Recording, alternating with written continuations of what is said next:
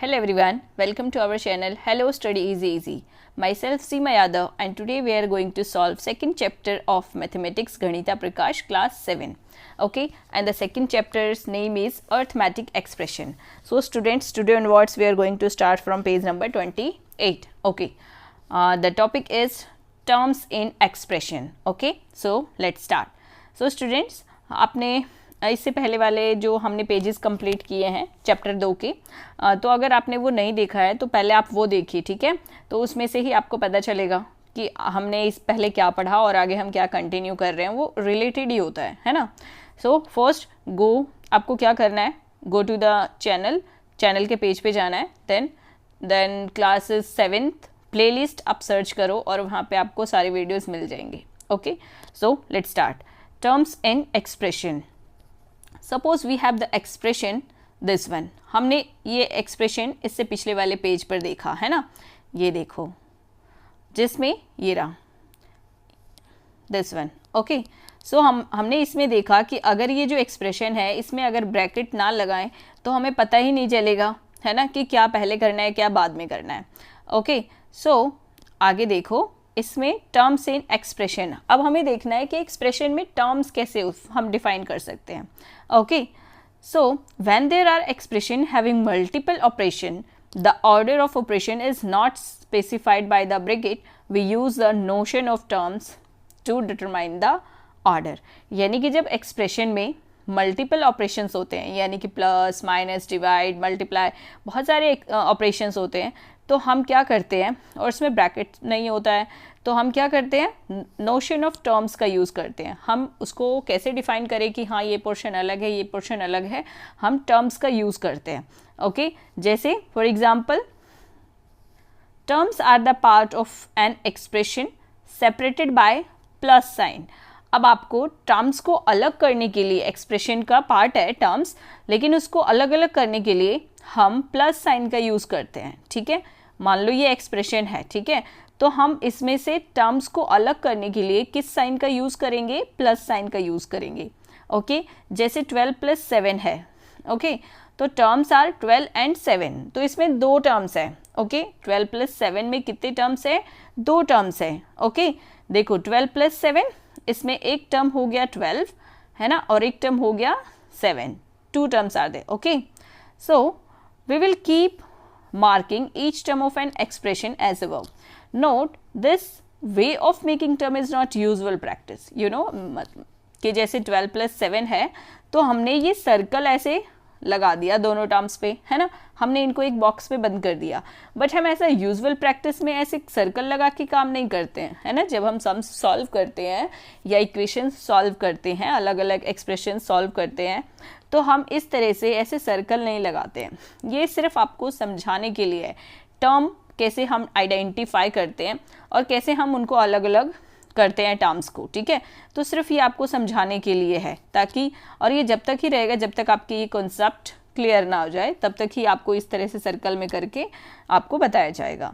Okay, सो देखो, ये है हमारा एक एग्जाम्पल 83 - 14। ठीक है, सो इसमें हमें डिसाइड करना है, दो टर्म्स है, बट ये 83 और ये -14, ये दो टर्म्स है, तो इनको अलग करने के लिए हम क्या करेंगे, बीच में प्लस का साइन लगा देंगे। ठीक है, तो अब हमारा 83 और -14 हो गया टर्म। ठीक है, 83 - 14 है ना, तो हम 83 और 14 दो टर्म ऐसे नहीं बोलेंगे, हम इनके बीच में प्लस का साइन लगाएंगे और फिर हम बोलेंगे 83 एक टर्म है, देन -14 दूसरी टर्म है। ओके, और अगर हम इसमें प्लस लगा रहे हैं तो क्या इसके रिजल्ट में कोई डिफरेंस हो रहा है, नहीं हो रहा है। देखो, आप ऐसे अगर इसको सॉल्व करो 83 - 14, तो क्या आता है आंसर, 69। ओके, और अगर आप इसको सॉल्व करो, इस वाले एक्सप्रेशन को सॉल्व करो, तो 83 और ये प्लस माइनस, आपने 6th क्लास में भी पढ़ा होगा। ठीक है, प्लस माइनस क्या हो जाता है, माइनस। ठीक है, तो इससे कोई फ़र्क ही नहीं पड़ता, 83 - 14, तो यहाँ पर भी क्या आ जाएगा, 69 ही आ जाएगा। अगर जो आप सॉल्व करोगे यहाँ पे वही आंसर सेम यहाँ पे आने वाला है, इसीलिए कोई फ़र्क नहीं पड़ रहा है, हमें सिर्फ टर्म्स को डिफाइन करना है, इसलिए हमने यहाँ पे प्लस लगा दिया है। ठीक है, तो यहाँ पे दो टर्म्स है, आपको ये याद रखनी है, 83 -14। ठीक है, आगे देखते हैं क्या है। Check if replacing subtraction by adding in this way does not change the value of expression by taking different example। यानी आप दूसरा एग्जाम्पल लेके भी इसको सॉल्व करके देख सकते हो कि हमने जो यहाँ पे प्लस साइन यूज़ किया है, सब्ट्रैक्शन पहले था यहाँ पे माइनस, है ना, लेकिन हमने एडिंग वहाँ पे लगा दिया, तो इससे क्या चेंज हो रहा है किसी और नंबर में करके देखना है आपको। तो चलिए हम दूसरा नंबर ले लेते हैं। जैसे मान लीजिए 75 माइनस 25। ठीक है, तो हम इसको सॉल्व करेंगे तो हमारा आंसर क्या आएगा 50। बट आपको इसमें टर्म बताना है, तो टर्म क्या क्या हो जाएगी, एक 75 और एक -25। तो इसलिए हम इसको कैसे लिख सकते हैं, 75 प्लस -25। ठीक है, एक टर्म ये हो गई और एक टर्म ये हो गई, दो टर्म हो गए। अब इसको आप सॉल्व करोगे तो प्लस माइनस माइनस, है ना, दोनों को प्लस माइनस करोगे तो दोनों का क्या हो जाएगा आंसर, माइनस ही हो जाएगा। तो यहाँ पे भी अगर हम सॉल्व करेंगे तो हमारा आंसर 50 ही आएगा। ओके, चलिए आगे देखते हैं। All subtraction in an expression are converted to addition in this manner to identify the terms. यानी जितने भी माइनस के होंगे एक्सप्रेशन, तो उसको हम क्या करेंगे, प्लस में कन्वर्ट कर देंगे, और इससे क्या होगा, हमें टर्म्स को आइडेंटिफाई करने में हेल्प होगी। ठीक है, यहाँ पे आपको कुछ और एग्जाम्पल दिए हुए हैं। जैसे देखो -18 और -3 है, तो यहाँ पे दो टर्म्स हैं। कौन से टर्म्स हैं वो, एक 18 और एक -3। यहाँ पे आपको प्लस का साइन बीच में लगा दिया है ताकि आप टर्म्स को इजीली पहचान सको। ठीक है, तो यहाँ पे दो टर्म्स हो गए, एक -18 और एक -3। ओके, हमें इसको सॉल्व नहीं करना है, हमें सिर्फ टर्म्स को समझना है कि व्हाट इज टर्म्स। ओके, सो 6 × 5 + 3। अब देखो 6 × 5 में प्लस का साइन नहीं है, है ना, इसीलिए 6 × 5 एक टर्म है। ठीक है, सिंगल टर्म है, ये दो टर्म नहीं है कि 6 और 5 अलग अलग टर्म आप बोलो, नहीं, ये एक ही टर्म है। क्योंकि हमने ऊपर पढ़ा कि जब टर्म्स को हमें डिफाइन करना होता है तो हम किससे डिफाइन करते हैं, प्लस के साइन से ही हम उसको सेपरेट कर सकते हैं। ठीक है, और तो जो माइनस के साइन होते हैं उसको हम प्लस में कन्वर्ट करते हैं। सो इसीलिए यहाँ पे जो ये मल्टीप्लाई का साइन है, तो ये 6 और 5 दो टर्म नहीं है, ये क्या है, एक टर्म है, और 3 एक दूसरा टर्म है। तो इसमें टोटल दो टर्म्स हैं। Okay, next 2 - 10 + 4 × 6। अब इसमें कौन कौन से टर्म है, 2 एक टर्म हो गया, ठीक है, और ये -10 है तो इसलिए हमने यहाँ पे प्लस लगा दिया, और फिर ये दूसरा टर्म हो गया। देन थर्ड टर्म कौन सा हो जाएगा, 4 × 6। ओके, सो इसमें कितने टर्म्स हो गए, फर्स्ट, सेकंड, थर्ड। बस आपको इसमें यही याद रखना है। ठीक है, चलिए नेक्स्ट पेज पे चलते हैं।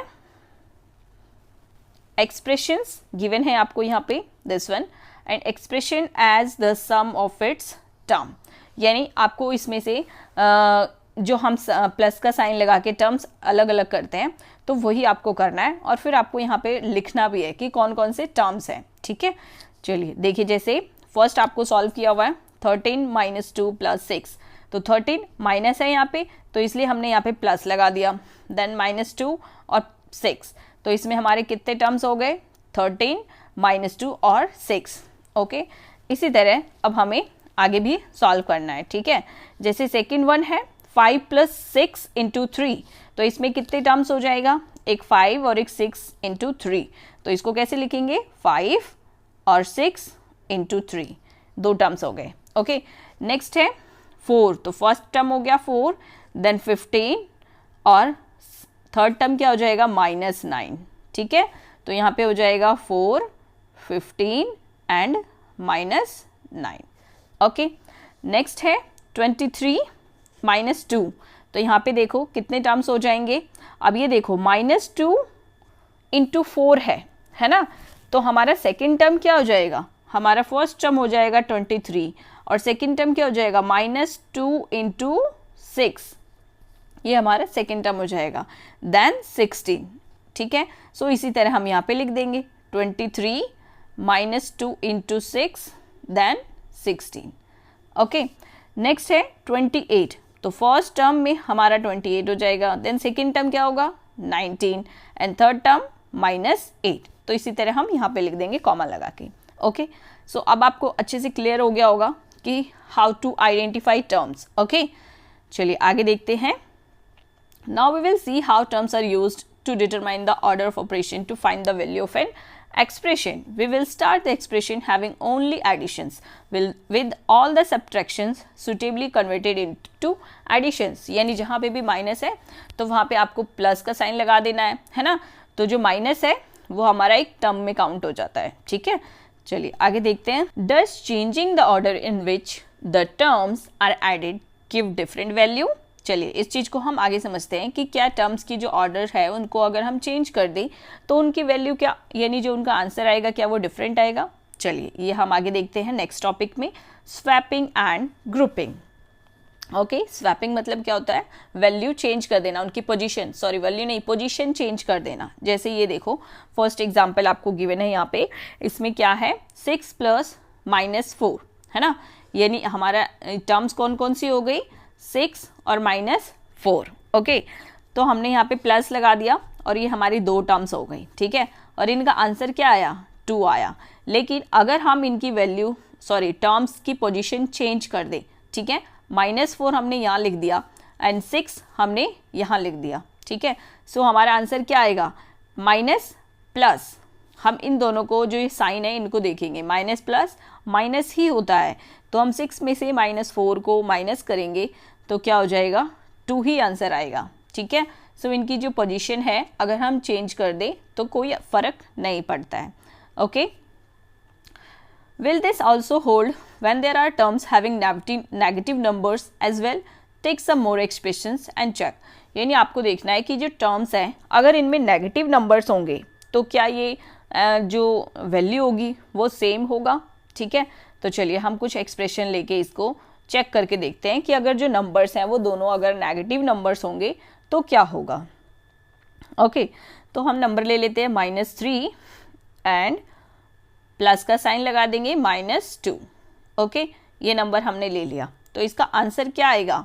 अब देखो माइनस माइनस प्लस होता है, आपको हमेशा याद रखना है, माइनस माइनस क्या होता है, प्लस। सॉरी, तो माइनस माइनस प्लस होता है, तो 3 + 2 क्या हो जाएगा, 5। लेकिन क्योंकि अब बड़ा नंबर 3 है तो हमेशा आपको याद रखना है कि जो भी बड़ा नंबर है उसके आगे जो साइन आता है वही आपका जो वैल्यू आया, आंसर आया, उसमें साइन आएगा। तो यहाँ पे आ जाएगा -5। ओके, और अगर हम इनके जो नंबर है एक्सचेंज कर दें इनकी पोजीशंस, जैसे -2 + -3, ठीक है, पोजीशन चेंज हो गई तो क्या आंसर आएगा, तो भी वही आंसर आएगा, माइनस माइनस प्लस हो जाता है तो 2 और 3 प्लस और साइन आ जाएगा माइनस का। ओके, सो हमने देखा कि अगर हम इनकी जो पोजीशन है वो चेंज कर दें, दोनों नंबर माइनस के हों तो भी कोई फ़र्क नहीं पड़ रहा है। Okay, next page, can you explain why this happening using the token model of integers that we saw in class 6 text book of mathematics. कि आपको यहाँ पे टोकन मॉडल जो हमने 6th क्लास में पढ़ा था उसका यूज़ करके इसको सॉल्व करना है। उसमें क्या होता था, जैसे आपको मान लीजिए ये -2 + -3, तो आंसर क्या आ जाएगा, -2 + -3 आंसर आ जाएगा 5, -5। तो इसको टोकन मॉडल में कैसे करेंगे, ये हो गया -1 -2, 2 टोकन हो गए हमारे, देन प्लस -3 के 3 टोकन है तो हम -3 के 3 टोकन बना लेंगे। ठीक है, ये 3 टोकन बन गए। अब इसको हम प्लस करेंगे तो माइनस माइनस वाले 2 हो गए और इधर भी माइनस वाले हैं, तो दोनों माइनस वाले जो टोकन्स हैं दोनों तरफ, इस तरफ भी और इस तरफ भी, इनको प्लस करना है। तो 3 इधर है, 2 इधर है, क्या आ जाएगा 5, क्योंकि साइन माइनस का है तो आंसर -5 आ जाएगा। सो यही आपका टोकन मॉडल। चलिए आगे देखते हैं। Thus, in an expression having 2 terms, swapping them does not change the value. Okay? हमने देखा कि 2 terms है और अगर हम उनकी जो स्वैपिंग कर दें तो उनकी वैल्यू कोई चेंज नहीं होगी, है ना। यानी पोजीशंस टर्म 1 टर्म 2 है और टर्म 2 टर्म 1 लिखो तो सेम वैल्यू आएगी। आप 3 + 2 लिखो या 2 + 3, है ना, सिंपल है। चलिए आगे देखते हैं क्या है। Now consider an expression having 3 terms. अब आपको 3 टर्म्स दिया गया है, ठीक है, जैसे -7, 10 और -11, ये 3 टर्म्स है। Let them use this terms in the following two different order. अब आपको इसको डिफरेंट ऑर्डर में सॉल्व करना है। जैसे ये देखो, हमने पहले सॉल्व किया -7 देन 10 और फिर हमने -11 को सॉल्व किया, मतलब ये 3 एक्सप्रेशन है तो इसको सॉल्व करना है। तो आप कैसे सॉल्व करोगे? तो पहले आप इन दोनों का काम करोगे, इन दोनों को सॉल्व करोगे, प्लस माइनस। अब देखो -7 है तो हम साइन देखेंगे माइनस, और ये 10 है प्लस का, तो माइनस प्लस माइनस होगा, ठीक है। तो 10 में से अगर हम -7 माइनस करेंगे तो क्या बचेगा? 3। और साइन हमेशा क्या आता है? बड़े नंबर के आगे जो है साइन वही, तो यहाँ पे आ जाएगा 3। देन प्लस -11 है, तो अब हम इसको सॉल्व करेंगे, ठीक है, यानी कि 3 प्लस -11, ठीक है। तो अब इसको सॉल्व करेंगे तो -11 में से 3 जाएगा तो क्या आंसर आएगा? 11, 10 और 9, तो 8 आंसर आया। और माइनस का आंसर आएगा, ठीक है, माइनस, क्योंकि 3 से 11 बड़ा है, तो बड़े नंबर के आगे जो साइन होता है वही आपका आंसर के साथ साइन होगा, ठीक है। तो यहाँ पे हमारा आंसर क्या आया? -8। अब हमने इनकी क्या कर दी? पोजीशन चेंज कर दी, ठीक है। अब हम पहले इनको प्लस करेंगे, ठीक है। हमने अभी पहले इसको प्लस किया था ना, इन दोनों नंबर्स को, अब हम पहले इसको प्लस करेंगे, ठीक है। तो क्या आंसर आएगा? 10 -11, तो प्लस है 10 का, ठीक है, और -11 तो प्लस माइनस माइनस, यानी -11 में से 10 माइनस कर दिया तो हमारा आंसर आया -1। देन प्लस -7 है तो माइनस माइनस प्लस, यानी 7 + 1 8, और साइन माइनस का आएगा because 7 is bigger than -1।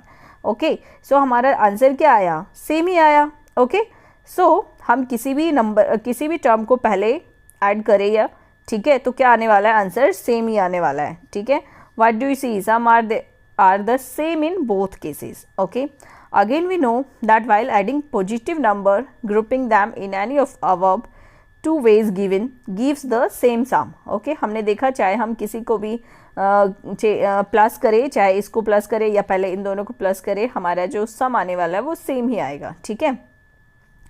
Will this also hold when there are terms having negative numbers as well? Take some more expressions and check। अब है कि आपको अगर जैसे यहाँ पे क्या है, प्लस का एक नंबर दिया हुआ है, ठीक है। अगर आपको तीनों टर्म्स जो हैं वो माइनस की हो, नेगेटिव नंबर्स हो, तो भी क्या सेम आंसर आएगा? ऑफकोर्स सेम आंसर आएगा। देखो जैसे -1 + 3, हमारे ये कितने टर्म हो रहे हैं? 2, और एक और टर्म लेना है हमको -2, ठीक है। तो अगर हम पहले इन दोनों को प्लस करते हैं तो माइनस माइनस प्लस -4 आ जाएगा, देन प्लस -2 है, इसको सॉल्व करेंगे। ओके, ये 2 टर्म बन गई। अब -4 - 2 क्या हो जाएगा? 6, और माइनस का साइन आएगा क्योंकि 4 बड़ा है 2 से, है ना। अब हमने पहले किसको प्लस किया? इसको प्लस किया, ठीक है।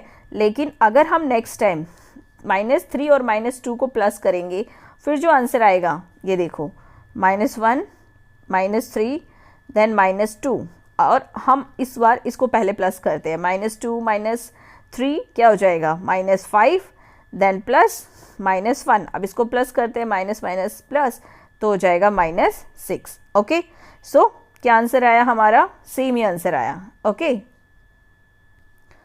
thus grouping the terms of an expression in either of the following ways gives the same value। ठीक है, हमने देखा कि हम चाहे इसको दोनों को पहले प्लस करें या इन दोनों को पहले प्लस करें, हमारा आंसर सेम आता है, ठीक है।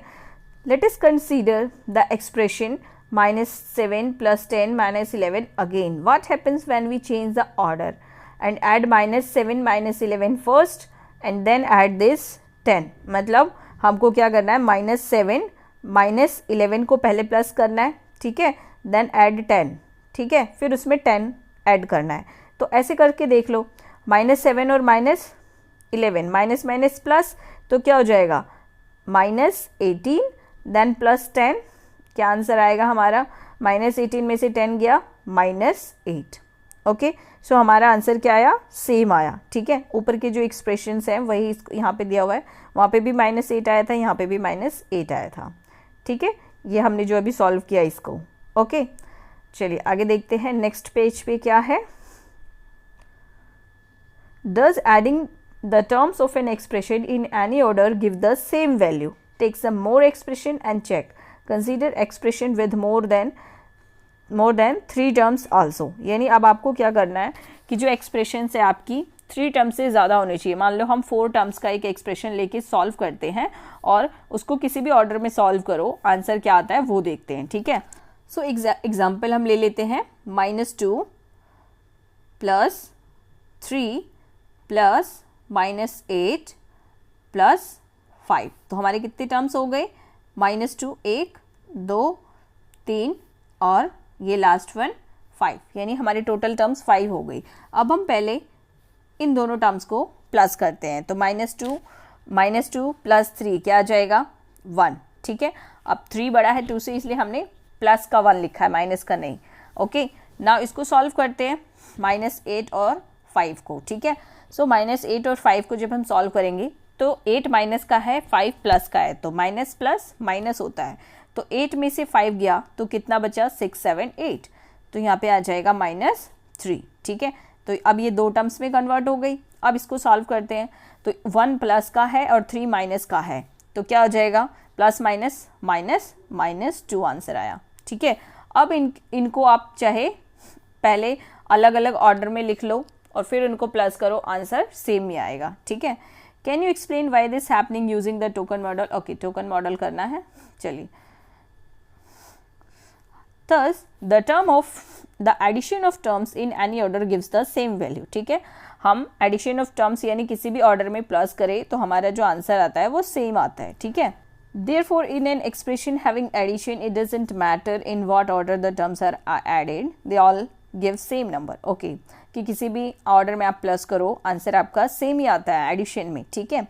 Let us consider expression having multiplication and division, यानी अगर आपके पास एक्सप्रेशंस में मल्टीप्लाई और डिवीज़न हो तो फिर आप उनको कैसे सॉल्व करोगे। जैसे फर्स्ट आपको ये एग्जांपल दिया हुआ है 30 + 5 × 4। तो हम क्या करेंगे, क्योंकि ये एक अलग टर्म है, ये एक अलग टर्म है, तो हम इस तरह से सॉल्व करेंगे। पहले 5 × 4 करेंगे, ठीक है। तो हमने लिख लिया 30, देन 5 × 4 किया तो आया 20। अब हम इसको ऐड करेंगे तो 30 + 20 हो जाएगा 50। ओके, द एक्सप्रेशन 5 × 3 + 2 + 78 + 3 इज इवेल्यूटेटेड, यानी इसको कैसे इवेल्यूएट किया जाएगा, यानी इनको कैसे सॉल्व किया जाएगा। ये जो हमें न्यू एक्सप्रेशन गिवन है ये, तो देखो 5 × 3 + 2। अब हम क्या करेंगे, जो पहले ब्रैकेट में है और ये जो मल्टीप्लाई हो रहा है पहले इसको सॉल्व करेंगे, ठीक है। क्योंकि हमारा जो टर्म्स होते हैं वो प्लस से डिफाइन होता है ना, कि प्लस अगर है तो वो अलग टर्म है, बट क्योंकि ये 5 मल्टीप्लाई हो रहा है 3 + 2 से, है ना, तो हम पहले इसको सॉल्व करेंगे। यहाँ पे ये कितने टर्म बन रहे हैं? 1 2 3, लेकिन अगर इसको सॉल्व करना है तो कैसे सॉल्व करेंगे? तो पहले इसको सॉल्व करेंगे 3 + 2, क्योंकि पहले ब्रैकेट को सॉल्व करते हैं हम, तो 5 हो जाएगा, देन मल्टीप्लाई 5, है ना। सो यहाँ पे देखो, यहाँ पे लिखा है 5, जब हम मल्टीप्लाई करेंगे तो क्या आएगा? 25। और फिर इसके बाद 7 + 8, इसको सॉल्व करेंगे 7 + 8 को, एंड देन फिर ये 3 उसमें ऐड करेंगे, ठीक है। तो हमारा क्या हो जाएगा? देखो 25, 7 + 8, सॉरी मल्टीप्लाई है ये, तो 7 8 जा 56 एंड देन 3। ओके, सो 25 + 56 और +3। अब हम इन तीनों को प्लस कर देंगे, ठीक है। Manasa is adding a long list of number, यानी मनासा इतने सारे नंबर को ऐड कर रही है, ठीक है। It took her 5 minutes to add them all, she got the answer, यानी उसको 5 मिनट लगे इन सारे नंबर्स को प्लस करने में और फिर उसको ये आंसर मिला, ठीक है, 11,749। Okay, then she realized that she had forgotten to include the 4th number, यानी फिर उसको पता चला बाद में कि उसने एक नंबर उसमें ऐड नहीं किया, वो उसको भूल गई, ठीक है। Does she have to start all over again, तो क्या अब उसको दोबारा से ये नंबर लिख के और फिर दोबारा से ऐसे ऐसे प्लस करने की ज़रूरत है ऊपर से? 2 + 4 + 1 5 + 2 प्लस यहाँ पे 5 रह गया था ना, यहाँ पे 5 वाला नंबर लिख दीजिए, ऐसे करने की ज़रूरत है? नहीं है। क्यों? इनकी जो वैल्यू आई, मान लो इनकी वैल्यू कितनी आई? 11749। तो अब इसमें जो नंबर छूट गया था डायरेक्ट उसको प्लस कर देंगे, 9055, इसको प्लस कर देंगे तो उसका आंसर आ जाएगा, है ना। तो यहाँ पे क्या लिखोगे आप? नो लिखोगे। In mathematics we use the phrase commutative property of addition instead of saying swapping terms does not change the sum, यानी हम स्वैपिंग टर्म्स यानी टर्म्स को हम इधर उधर कर दे पोजीशन को, यानी 7 + 8 है तो या 8 + 7 कर दे तो इससे कोई फर्क नहीं पड़ता है ना। तो इस चीज़ को हम क्या बोलते हैं, commutative property of addition. Okay, now है change the sum similarly. Okay, similarly grouping does not change the sum, यानी हम ग्रुपिंग भी अलग अलग कर सकते हैं, उससे भी जो हमारा आंसर आता है सम करने के बाद वो उसमें कोई डिफरेंस नहीं होता है ना। जैसे 7 + 8 + 3 + 4, तो पहले आप इन दोनों को प्लस करो फिर इन दोनों को प्लस करो, या पहले आप इन तीनों को प्लस करो फिर इसको प्लस करो, तो आंसर में कोई डिफरेंस नहीं आएगा। ओके, सो इसको क्या बोलते हैं, associative property of addition. Okay, next topic है swapping the order of things in everyday life. तो हम अपनी एवरीडे लाइफ में स्वैपिंग का जो ऑर्डर है उसको कैसे फॉलो करते हैं, आइए समझते हैं।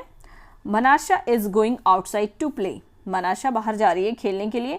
हर mother says wear your hat and shoes, sorry, कहते हैं कि उसकी मदर आप अपने शूज और हैट पहन के जाओ। Which one should she wear first, तो उसको पहले क्या पहनना चाहिए, she can wear her first hat first then her shoes, वो या तो पहले हैट पहनेगी और फिर शूज पहनेगी, और शी कैन वियर, और या पहले शूज पहने या हैट पहने, कोई फर्क ही नहीं पड़ता है ना, यहाँ पे ऑर्डर का कोई फर्क नहीं पड़ता, पहले कुछ भी पहन सकती है। Manasa will look exactly the same in both cases. Okay, वो सेम दिखेगी। इमेजिन अ डिफरेंट सिचुएशन, अगर सिचुएशन अलग हो, जैसे मनासा की mother says wear your shoes and socks, अगर उसको बोले कि आप शूज और सॉक्स पहन लो, देन अब क्या करेगी Manasa, now the order matters, अब यहाँ पे ऑर्डर मैटर करता है, ठीक है, क्योंकि अगर वो पहले सॉक्स पहन ले और शूज पहन ले तो ठीक है, बट अगर वो शूज पहले पहन ले और सॉक्स शूज के ऊपर बाद में पहने तो क्या हो जाएगा, गलत हो जाएगा, शी इज़ नॉट कंफर्टेबल, है ना, वो अनकंफर्टेबल हो जाएगी और डिफरेंट भी लगेगी। तो यहाँ पे क्या कर रहा है, ऑर्डर मैटर कर रहा है। Okay, more expressions and their terms. Example number 7, Amu, Charan, Madhu and Joy went a hotel and ordered 4 dosa, यानी कि कितने बच्चे हुए, 1 2 3 4 है, और उन्होंने क्या ऑर्डर किया, डोसा ऑर्डर किया, ठीक है। ईच कोस्ट 29, यानी एक डोसा का cost 23। They wish to thank the waiter by tipping 5, और उन्होंने वेटर को 5 रुपये टिप दिया। Okay, so write an expression describing the total cost. अब आपको एक एक्सप्रेशन लिखना है। सो पहले आप क्या देखोगे कि एक डोसे का प्राइस 23 है, तो 4 बच्चे हैं, तो कोस्ट ऑफ डोसा क्या हो जाएगा, 4 × 23। Okay, then can the total amount with tip be written as, तो जो टोटल अमाउंट है उसको हम इस तरह से लिख सकते हैं, है ना, इस तरह से हम उसका एक्सप्रेशन बना सकते हैं, बिकॉज 4 × 23 ये हो गया प्लस 5 रुपीज़ टिप हो गए। ओके, अब इसको इवेल्युएट करते हैं, ठीक है।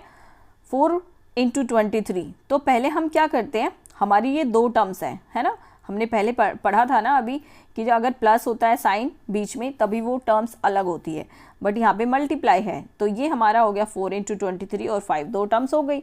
तो हम पहले इसको सॉल्व करेंगे। 4 × 23 क्या आंसर आया, 92, देन प्लस 5 करेंगे तो हमारा आंसर आ जाएगा 97। Okay, so 4 × 23 + 5 is a correct way of writing the expression. तो इस एक्सप्रेशन को लिखने का ये सही तरीका था। Okay, if the total number of friends goes up to 7 and the tip remains the same, और टिप सेम हो, then how much will they have to pay, write an expression. अब आपको एक्सप्रेशन लिखना है, ठीक है, कि उस सिचुएशन में क्या एक्सप्रेशन आप लिखते अगर 4 की जगह 7 बच्चे होते तो, ठीक है, तो हम क्या लिखते, 7 × 23 देन प्लस 5, हम ये एक्सप्रेशन लिखते, ठीक है। फिर पहले हमारा ये एक्सप्रेशन हो गया, फिर ये, तो हम पहले इसको सॉल्व करेंगे, ठीक है, देन उसमें 5 प्लस करेंगे। ओके, चलिए next example 8, children in a class are playing fire in the mountain run run run. Okay, children class में कोई गेम खेल रहे हैं, ठीक है, जिसमें माउंटेन में फायर है तो बच्चों को भागना है. Okay. Whenever the teacher calls out a number, students are supposed to arrange themselves in groups of that number. Whoever not part of the announced group size is out. यानी क्या करना है कि बच्चों को भागना है और एक ग्रुप बनाना है. मान लो टीचर ने नंबर बोला 3, तो 3 के ग्रुप बनाना है और जो भी ग्रुप में ऐड नहीं हुआ वो अलग हो जाएंगे. ठीक है. सो देखो क्या हुआ आगे, वो आउट हो जाएंगे, मतलब वो whoever is not part of the announced group size is out. Okay. Ruby wanted to rest. Ruby एक स्टूडेंट है जो रेस्ट करना चाहती है, तो वो एक साइड बैठ जाती है. And the other 33 student were playing, मतलब जो 33 स्टूडेंट है वो खेल रहे हैं, एक बस रूबी है जो अलग बैठी है, वो गेम में नहीं है. The teacher called out 5. Teacher ने नंबर बोला 5, यानी कि 5 बच्चों के ग्रुप बनेंगे. ओके. सो 5 बच्चों के ग्रुप बन गए और चिल्ड्रन सेटल रूबी रोड, यानी कि चिल्ड्रन इस तरह से सेटल हो गए 6 × 5 + 3. तो इसका क्या मतलब हुआ, 6 × 5 मतलब 5 का ग्रुप बनाना है. ठीक है, 5 बच्चों का. तो ये देखो 1 2 3 4 5 बच्चे हैं, है ना. और कितने ग्रुप बन गए टोटल, 1 2 3 4 5 6, और 3 बच्चे अलग रह गए. तो इसीलिए रूबी ने ये एक्सप्रेशन लिखा 6 × 5 + 3. Okay. Understood as 3 more than, मतलब कि 3 बच्चे ऐसे हैं जो एक्स्ट्रा बच गए, आउट हो गए. ओके. तो इसलिए रूबी ने ऐसे एक्सप्रेशन लिया. Think and discuss why she wrote this. अब आपको सोचना है कि उसने ऐसा क्यों लिखा 6 × 5 + 3, यानी कि उसको कैसे पता चला. इसने यहाँ तो काउंट कर लिया, ठीक है, लेकिन और आपको और भी एक तरीका सोचना चाहिए. जैसे कि 6 × 5 लिखा तो क्या था टोटल नंबर 33 है. ठीक है. तो क्योंकि टीचर ने क्या बोला 5, ठीक है, तो हम क्या करेंगे, इसको 5 से डिवाइड कर देंगे. ठीक है, 5 से डिवाइड करेंगे 33 को, तो 5 6 जा 30. ठीक है, यानी कि और फिर यहाँ पे क्या बचा 3. सो इससे उसको समझ में आया कि 5 ग्रुप बने हैं. ठीक है, और कितने 5 बच्चों के ग्रुप बने हैं 6. इससे उसको पता चल गया कि 5 बच्चों के ग्रुप बने हैं. टोटल कितने ग्रुप बने 6. तो इसलिए उसने लिखा टोटल कितने ग्रुप बन गए 6 ग्रुप बन गए, है ना. देखो यहाँ पे ये देखो 1 2 3 4 5 6, है ना, 6 ग्रुप बन गए. तो इसलिए इसने लिखा 6 × 5 + 3 बच गया था रिमाइंडर, है ना. सो इस तरह से उसने इसको सॉल्व किया. आगे है for each of the case below right the expression and identify it's terms. ये देखो नीचे केसेस दिए हुए हैं, आपको टर्म्स आइडेंटिफाई करना है एक्सप्रेशन लिख के. Okay. So if teacher called out 4 Ruby would write. तो अगर टीचर 4 बोले तो रूबी को क्या लिखना चाहिए, तो हमें कैसे पता चलेगा. तो हम क्या करेंगे, डिवाइड कर देंगे. 33 को 4 से डिवाइड कर दो. ठीक है. सो क्या आ जाएगा 4 8 जा 32, 4 8 जा 32 होता है. ओके. देन एक रिमाइंडर बच जाएगा. तो रूबी को क्या लिखना चाहिए कि 4 बच्चों के ग्रुप बने हैं, 8 ग्रुप बने हैं, है ना. सो 8 × 4 और कितना बच गया, 1 बच गया. ठीक है. अब यहाँ पे कितनी एक्सप्रेशन हो गई, टोटल कितने टर्म्स हो गए, सॉरी कितने टर्म्स ये भी बताने हैं आपको, है ना. आइडेंटिफाई इट्स टर्म था क्वेश्चन में. ओके. ये देखो आइडेंटिफाई इट्स टर्म.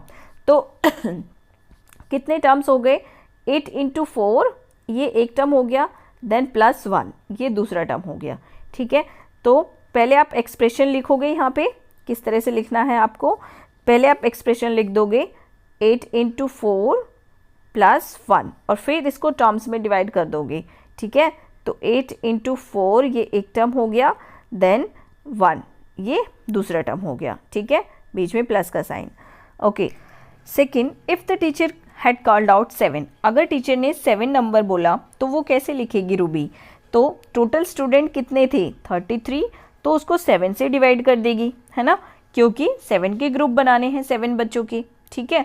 तो देखो अब डिवाइड करेंगे 7 को 32 से, तो 7 4 जा 28, है ना, 7 4 जा 28 से जाएगा ये. तो 13, क्योंकि अब इसको माइनस करेंगे, है ना, तो 13 में से 8 जाएगा, तो यहाँ पे क्या बचेगा 5. यानी रूबी कैसे लिखेगी, 4 बच्चों के 7 ग्रुप बन गए, है ना. तो लिखेगी 7 × 4 + 5 बच गए, इसलिए 5 प्लस कर देंगे और ये हमने एक्सप्रेशन लिख दी, ठीक है। अब इसको टर्म्स भी बताने हैं हमको, तो कैसे लिखेंगे, 7 इंटू 4 एक टर्म हो गई, देन प्लस 5 ये हमारी दूसरी टर्म हो गई, ठीक है। क्योंकि हम प्लस से ही टर्म्स को आइडेंटिफाई करते हैं, तो यहाँ पे तो मल्टीप्लाई है इसलिए ये दोनों एक ही टर्म है और 5 दूसरी टर्म है, ओके। सो स्टूडेंट्स, आगे का जो पोर्शन है we will continue in next video, okay. I hope आपको सब समझ में आ रहा हो, ठीक है। अगर समझ में आ रहा है then please like the video, share with your friends and subscribe the channel, okay. So thanks for watching, have a good day.